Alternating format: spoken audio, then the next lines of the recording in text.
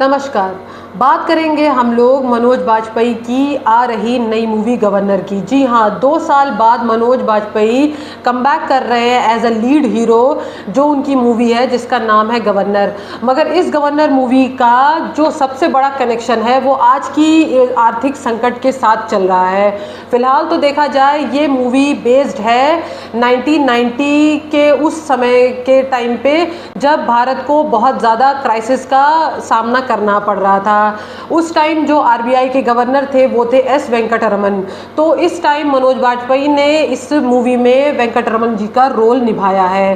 फिलहाल तो बात करें, क्योंकि ट्रेलर देखने के बाद लोगों में बहुत ज़्यादा जागरूकता इस चीज़ की हो गई है कि उस समय की 1991 की कहानी को, आर्थिक संकट को देख के आज के आर्थिक संकट को मिलाया जा सकता है, एकदम बराबर ही चल रहा है। फिलहाल अगर हम लोग को एक चीज़ देखा जाए, क्योंकि इस मूवी का जो ख़ास मेन वो है बैलेंस ऑफ पेमेंट क्राइसिस को दिखाया गया है।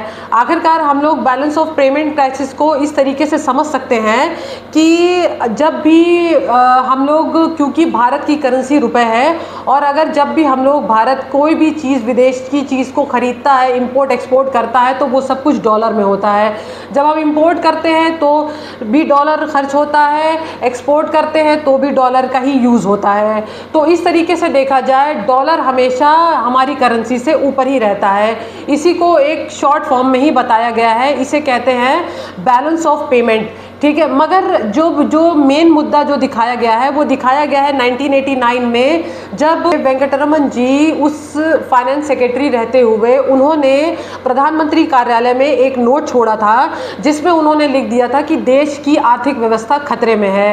तब केंद्र में प्रधानमंत्री राजीव गांधी जी की सरकार थी, तो उन्होंने ये पहले ही आगाह कर दिया था कि हम लोगों को बैलेंस ऑफ पेमेंट का सहारा लेना पड़ेगा, वरना हमारी अर्थव्यवस्था गिर सकती है। इस चीज़ को देखते हुए बहुत ही जल्दी के तौर पे देखा जाए, राजीव गांधी जी ने 1990 में वेंकटरमन जी को आरबीआई का गवर्नर बना दिया था।